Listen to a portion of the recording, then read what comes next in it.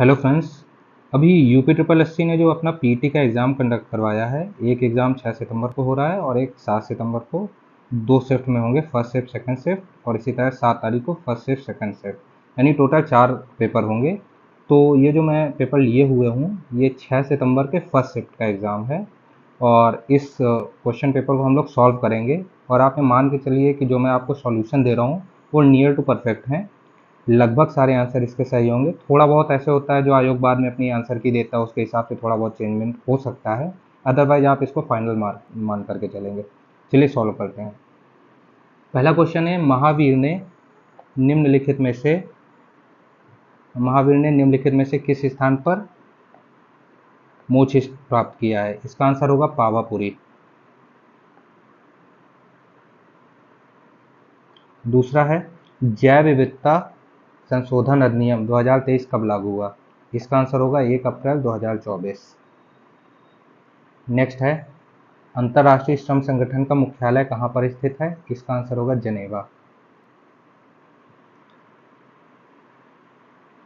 Fourth है, गुड़हल के पौधे का फूल है।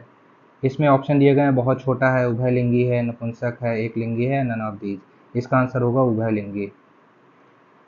फिफ्थ है, पुरुष सूक्त जो 4 वर्णों की उत्पत्ति की व्याख्या है किस वैदिक ग्रंथ में पाई जाती है? इसका आंसर होगा ऋग्वेद। नेक्स्ट है, 15 जनवरी 2025 को नई दिल्ली में आयोजित एक समारोह में राष्ट्रपति थरमन षणमुगरत्न द्वारा सिंगापुर द्वारा के जो मानद नागरिक पुरस्कार जो है वो किसको सम्मानित किया गया है? इसका आंसर होगा तरुण दास। समय की पहचान सियाराम शरण गुप्त की कविता है, जिसमें वो महत्व ब्रैकेट डैश डैश के महत्व के बारे में बात करते हैं। ये मिल नहीं रहा है, लेकिन इसका आंसर समय ही होगा। नेक्स्ट है, आंखें दिखाना मुहावरे का सही अर्थ क्या होगा? इसका आंसर होगा गुस्से में देखना। 9th नंबर है, चैत तद्भव शब्द है, उसका तत्सम क्या होगा? इसका आंसर होगा चैत्र। नेक्स्ट है 10वां, जो विशेषण अपने विशेष की मात्रा या परिमाण के विषय में ज्ञान कराएं उसे क्या बोलते हैं? इसका आंसर होगा परिमाणवाचक। 11, आदान का विलोम शब्द क्या होगा? ऑब्वियस सी बात है, प्रदान होगा इसका। अभी 12 से 16 तक में कॉम्प्रिहेंशन वाला है, हिंदी का पैसेज है, उसको सॉल्व करना है। इसको सीधा मैं सॉल्व किए दे रहा हूँ। ये मेरा ही पेपर है तो मैंने पहले से पढ़ा हुआ है, इस वजह से मैं केवल आपको आंसर बता दे रहा हूँ। आनंद की श्रेणी में ऐसा कोई शुद्ध मनोविकार नहीं है जो पात्र की हानि की उत्तेजना करे, पर दुख की श्रेणी में ऐसा मनोविकार है जो पात्र की, इसका आंसर होगा भलाई। 13, करुणा जिसके प्रति उत्पन्न होती है उसके लिए क्या किया जाता है? इसका आंसर होगा उसकी भलाई का उद्योग किया जाता है। 14, किसकी प्राप्ति के लिए पात्र में दुख के अतिरिक्त और किसी विशेषता की अपेक्षा नहीं होती? इसका आंसर होगा करुणा। 15, दुख की श्रेणी में प्रवृत्ति के विचार से करुणा का उल्टा क्या हो सकता है? इसका आंसर होगा क्रोध। 16, किसी पर प्रसन्न होकर भी लोग उसकी भलाई करते हैं, इस प्रकार पात्र की भलाई की उत्तेजना किन श्रेणियों में रखी जाती है? इसका आंसर होगा दुख और आनंद की दोनों की श्रेणियों में। ये सीधा सीधा इसी पैसेज से है, तो आप पैसेज 2-3 बार पढ़ेंगे तो इसके आंसर ऐसे ही निकल आएंगे। 17 से 21 को सॉल्व कर लेते हैं। 17 है, लेखक जी को प्राणी विज्ञानियों की कौन सी बात याद आती है? इसका आंसर होगा सहजात वृत्ति, अनजानी स्मृतियों का ही नाम है, ऑप्शन सी। 18 क्या है, लेखक जी कभी कभी क्या सोचने लगते हैं? इसका आंसर होगा अंग्रेजों की अनुवर्तिता करने के बाद भी भारतवर्ष इंडिपेंडेंस को अनअधीनता क्यों नहीं कह सका? ये आंसर होगा। 19, मरे बच्चों को गोद में दबाए रहने वाली फिल इन द ब्लैंक्स, इसका आंसर होगा बंदरिया। 20, मनुष्य ने अपनी आज़ादी के जितने भी नामकरण किए, स्वतंत्रता, स्वराज, स्वाधीनता, उन सब में, आंसर होगा डी, स्व। 21, कालिदास ने क्या कहा था? इसका आंसर होगा सब पुराने अच्छे ही नहीं होते, सब नए खराब ही नहीं होते। नेक्स्ट 22, लीबिया की राजधानी क्या है? इसका आंसर होगा त्रिपोली। जो बाकी जो एम्स्टर्डम है, लग्जमबर्ग है, ये सारे नहीं हो गए, आंसर इसका त्रिपोली होगा। नेक्स्ट है, हड़प्पा सभ्यता किस युग से संबंधित है? इसका आंसर है कांस्य युग, लोहा तो मिला भी नहीं था उस समय। 24, फ्यूचर मिनरल फोरम 2025 कहाँ आयोजित की गई थी? इसका आंसर होगा ए, रियाद, सऊदी अरब। मेरा गलत हुआ है ये। करंट अच्छी आई थी इस वाले में, बाकी जो शिफ्ट है उसको मैं देख रहा हूँ तो कंपेरेटिवली इजी है, इस वाले में थोड़ा टफ है। हालांकि पेपर है बहुत टफ नहीं है, लेकिन हाँ जैसे किसी का जीएस अच्छा होगा तो उसमें डीआई में प्रॉब्लम हुई होगी, इस तरह करके इसको मॉडरेट बोल सकते हैं। चलिए 24 हो गया, 25 में आते हैं। हवा में कौन सी अम्लीय गैस वर्षा के पानी में मिलकर के कार्बोनिक एसिड हो गया, इसका मतलब इसमें कार्बन मिला होगा। तो जो सल्फर है इसमें कार्बन है नहीं, ऑक्सीजन में है नहीं, तो इसका आंसर हो जाएगा कार्बन डाइऑक्साइड। CO2 के साथ मिलकर के अम्लीय गैस वर्षा के साथ कार्बोनिक एसिड बनाती है। बाह्य एवं आंतरिक आपातकाल किसके दौरान लागू होता है, किस अनुच्छेद? देखिए ये एलिमिनेशन से होगा। जो अनुच्छेद 338 है ये ओबीसी आरक्षण से रिलेटेड है, तो ये आंसर नहीं होगा। 348 होगा नहीं। अब देखिए 358 और 359 हो सकता है। अब देखिए है क्या, 358 को जब लागू किया जाता है तो जो आर्टिकल 19 है वो सस्पेंड हो जाता है, और 359 को लागू करने के लिए प्रेसिडेंट को अपनी रिटन परमिशन देनी पड़ती है, और उसके बाद वो बाकी सारे जितने हैं वो सस्पेंड कर सकता है मूल अधिकार। तो 19 को इंटरनल में भी किया जा सकता है, एक्सटर्नल में भी किया जा सकता है, दोनों में। तो 99% इसका आंसर होगा 358। बाकी डिपेंड करता है कि आयोग क्या इसका आंसर देता है। 27 से 31 ये जो है इसके मैं केवल आंसर बता दूंगा क्योंकि मैंने पहले सॉल्व किया हुआ है। ये पूरा डीआई का क्वेश्चन है तो इसको सॉल्व करना पड़ेगा। इसका मैं आपको आंसर बता दे रहा हूँ। 27 का होगा आंसर 50%। 28 का आंसर होगा 550, ऑप्शन डी। 29 का ऑप्शन होगा ऑप्शन सी 450। ये सारे मैंने सॉल्व किए हुए हैं तो ये सही है। 30 का ऑप्शन होगा 5:3। 31 में आ जाते हैं। 31 का ऑप्शन होगा उपरयुक्त में से कोई नहीं। ये सॉल्व किया था, आंसर आ नहीं रहा था, तो उपरयुक्त में से कोई नहीं होगा। 32 में सबसे बड़ी 3 अंकों की संख्या होती है 999, और सबसे छोटी 2 अंकों की संख्या होती है 10। तो 999 से जब 10 को माइनस करेंगे तो 989 आंसर आ जाएगा। 33 यदि +4D डायोक्टार -10D इनको साथ में रखेंगे तो इनका जो आएगा वो -60 आंसर होगा, ये वाला। बंगाल ब्रिटिश इंडिया सोसाइटी की स्थापना कब हुई थी, ये मैंने अटेम्प्ट ही नहीं किया था। हालांकि इसका आंसर जो है वो बता दे रहा हूँ, क्योंकि ये इसमें डेट जो है वो बहुत नज़दीक दी गई हैं। तो अगर आपको बिल्कुल कंफर्म है तब तो आप इसका आंसर लगा सकते हैं। अगर आपको कंफर्म नहीं है तो थोड़ी प्रॉब्लम हो सकती है, और माइनस मार्किंग है इसमें 1/4 की। तो ज़बरदस्ती आप ये समझिए कि ज़बरदस्ती अटेम्प्ट करने का कोई मतलब नहीं है। अगर आता है तो आप अटेम्प्ट करिए, अगर नहीं आता है तो फिर छोड़ना ही बेटर रहता है। कुछ क्वेश्चन आयोग वैसे भी ऐसे बनाता है कि जिसको छोड़ ही देना चाहिए।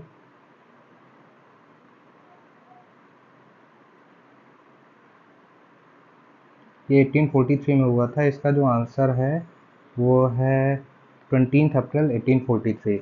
इसकी कलकत्ता में स्थापना हुई थी। ये मैंने अटेम्प्ट नहीं किया था। चलिए इसके नेक्स्ट में आते हैं 35 में। 45 छात्रों की कक्षा में आयुष का रैंक ऊपर से 15 है तो नीचे से क्या होगा। ये ऐसे भी सॉल्व हो जाएगा, मैंने तो इस तरीके से सॉल्व कर लिया था, इस तरीके से। तो जो इसका आंसर है वो आया था 31। 36 एक्स और वाई सहभाज्य हैं तो उनका एलसीएम क्या होगा, मल्टीप्लाई कर दिया जाता है, इसका एक्स वाई आंसर हो जाएगा। 37 38 ये इंग्लिश का है, इसको आपको पूरा पढ़ना पड़ेगा तब सॉल्व करेंगे। मैंने जो किया वो बता दे रहे हैं। 37 का आंसर होगा by creating to do list and avoiding distractions, option C. 38 what is the main purpose of the passage, ये जब आप सॉल्व करेंगे पूरा पढ़ेंगे तो आंसर इसका डी निकलेगा, to highlight the importance of time management. 39 fill in the blanks with the correct option, इसका होगा answer B, do you usually have. Option 40 आ जाते हैं। Choose the one word substitution from the 5 option, इसका option होगा crew.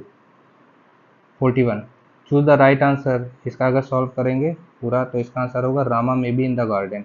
May be Rama in the garden हो सकता था अगर यहाँ पर क्वेश्चन मार्क लगाता तो, लेकिन क्वेश्चन मार्क लगा नहीं, इस वजह से आंसर ए होगा इसका। 42 में आते हैं। आदि पुराण किस तीर्थंकर की सच्चरित संग्रह, इसका आंसर होगा आदिनाथ। आदिनाथ को ही ऋषभ देव बोलते हैं, उनके लिए लिखी गई थी। 43 नई दिल्ली में आयोजित इंडियन ओपन बैडमिंटन 2025 किसने जीता है? इसका आंसर है विक्टर एक्सेलेसन। नेक्स्ट है 44 निर्वात में प्रकाश की गति और माध्यम में प्रकाश की गति के अनुपात के माध्यम को क्या कहा जाता है? इसका आंसर होगा अपवर्तनांक। इंग्लिश में रिफ्लेक्टिव इंडेक्स बोलते हैं इसे। 45 में आते हैं, लंदन में ईस्ट इंडिया एसोसिएशन की स्थापना किसके द्वारा की गई थी? इसका आंसर होगा दादा भाई नौरोजी। एसिड को किस पदार्थ से बने बर्तनों में संग्रहित किया जाता है? कांच और सिरेमिक में, क्योंकि बाकी और किसी में रखा जाएगा तो वो रिएक्शन कर जाएगा। 45 5 जनवरी 2025 को भारतीय तटरक्षक निम्नलिखित में से किस शिपयार्ड द्वारा दो स्वदेशी रूप से डिजाइन और निर्मित तीव्र गति पोत अमूल्य और अक्षय लॉन्च किए गए? इसका आंसर होगा गोवा शिपयार्ड लिमिटेड। अच्छे क्वेश्चन आए थे जो करंट के रिलेटेड थे। और इसमें क्या है कि जैसे ऑप्शन अगर आपको पता है तो आप लगा सकते हो, अगर आपको नहीं पता है तो इसमें ज़बरदस्ती अटेम्प्ट करने का कोई मतलब नहीं है, क्योंकि फिर प्रॉब्लम हो जाती है और उसमें नेगेटिव मार्किंग। चंद्रयान 3 किस वर्ष प्रक्षेपित किया गया था? तो ये 2023 में किया गया था। ठीक। 49 शिकागो में धर्म संसद का आयोजन किस वर्ष हुआ था? 1893 में हुआ था। उसके बाद इंडिया आ गए थे और 1897 में फिर उन्होंने रामकृष्ण मिशन की स्थापना कर दी थी, तो इसका ऑप्शन बी करेक्ट हो जाएगा। 50 में आते हैं, बुद्ध ने किस उम्र में परिनिर्वाण प्राप्त की थी? परिनिर्वाण यानी किस ईयर में उनकी मृत्यु हुई थी, तब उनकी अवस्था क्या थी, कितने वर्ष के थे वो? इसका आंसर होगा 80 वर्ष। 51 भारत के डैश डैश डैश राज्यसभा के पदेन अध्यक्ष होते हैं, तो जो उपराष्ट्रपति होता है वो राज्यसभा का पदेन अध्यक्ष होता है। अभी जो माननीय जगदीप धनखड़ जी हैं उन्होंने इस्तीफा दे दिया है, तो इस वजह से क्वेश्चन आया हुआ है, तो इसका आंसर होगा ऑप्शन डी उपराष्ट्रपति। अनुशीलन समिति का मुख्यालय कहाँ है? इसका कोलकाता में था। 53 से 57 ये वही डीआई वाले क्वेश्चन है, मैंने सॉल्व किया हुआ, मैं इसके केवल आंसर बता देता हूँ। तेजा द्वारा उत्पादित औसत फसल ज्ञात करिए। 53 का आंसर होगा 574 ऑप्शन बी। 54 में आते हैं, 54 किस किसान ने तीसरी सबसे कम फसल उगाई है? इसका आंसर होगा प्रभाकर।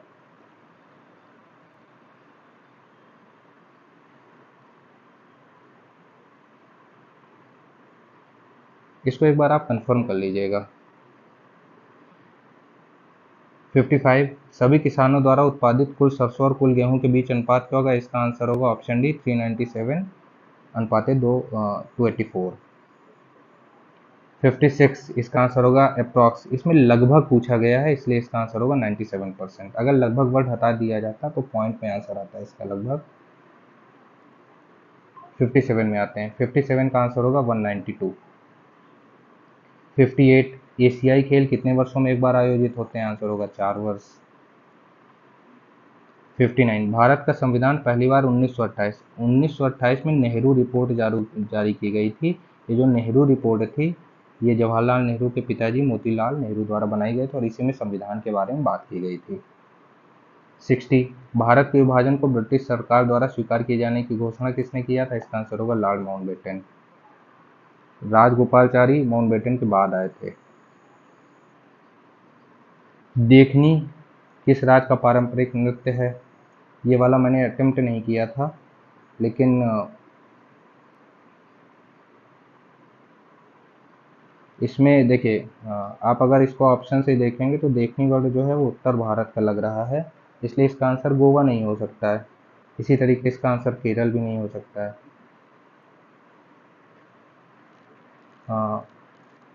उड़ीसा या मध्य प्रदेश है, लेकिन बाद में जब मैंने इसको सॉल्व किया और मैंने देखा तो इसका आंसर गोवा निकल करके आ रहा था। ये सब कंफ्यूजन वाले क्वेश्चन होते हैं, अगर आता है आपको तो अटेम्प्ट करिए, अगर नहीं आता है तो ज़बरदस्ती टच नहीं करना चाहिए। मैंने तो इसको अटेम्प्ट नहीं किया था। इसका आंसर गोवा होगा। देश के पर्यावरण का संरक्षण और सुधार तथा वन और जीवन की सुरक्षा किसके अनुच्छेद 48/A में है और ये डीपीएसपी में आता है। ये राज्य का कर्तव्य है ऐसा करना। 63 से आते हैं, डीआई वाले क्वेश्चन है, सीधा इसको बता देते हैं। 63 का आंसर होगा ऑप्शन बी 800 रुपये। 64 का ऑप्शन जो है इसका आएगा ऑप्शन ए 2%। 65 का होगा 6400 रुपये। 66 का होगा ऑप्शन ए 250 रुपये। 67 का होगा ऑप्शन डी 8500 रुपये। 68 विश्व की सबसे लंबी नदी कौन सी है? नील नदी सबसे लंबी है, ये तो सभी को आता होगा। 69 निम्नलिखित में से सर्वथा भिन्न ज्ञात करिए। सोना, चांदी, लोहा, पारा। सोना सॉलिड होता है, ठोस होता है, चांदी ठोस होती है, लोहा ठोस होता है, पारा लेकिन लिक्विड होता है, इसलिए इसका आंसर ये होगा। प्रश्न वह है जिसका कोई सदस्य मौखिक उत्तर चाहता है जिसे तारांकित चिन्ह द्वारा पहचाना जाता है। इसका आंसर हालांकि तारांकित प्रश्न ही बोला जाता है इसे, लेकिन ये कभी कभी अल्प सूचना अवधि प्रश्न भी होते हैं, तो आयोग पर डिपेंड करेगा। वैसे इसका आंसर अभी आप तारांकित मान के चलिए, मैंने ऑप्शन डी लगाया अल्पावधि सूचना। 71 का आंसर होगा बी 0.172। 72 निम्न भूजल भंडारण से किस प्रकार की चट्टान संरचना सबसे अधिक जुड़ी हुई है? अब देखिए, जो ये वाले क्वेश्चन है इसकी लैंग्वेज प्रॉपर क्लियर नहीं है, इंग्लिश में अगर पढ़ें तब भी समझ में नहीं आएगा पूरी तरीके से। Which type of rock formation is most commonly associated with low ground water storage. अब लो ग्राउंड वाटर स्टोरेज को आप दो तरीके से समझ सकते हैं। एक कि जो ग्राउंड वाटर जहाँ लो होता है उसके नीचे जो पाई जाती है, या जो लो ग्राउंड वाटर होता है वो किस टाइप की आपकी संरचना बनाता है। तो इसमें वैसे होना चाहिए सेडिमेंट्री रॉक, क्योंकि इसमें ज़्यादा ग्राउंड वाटर हो नहीं पाता है।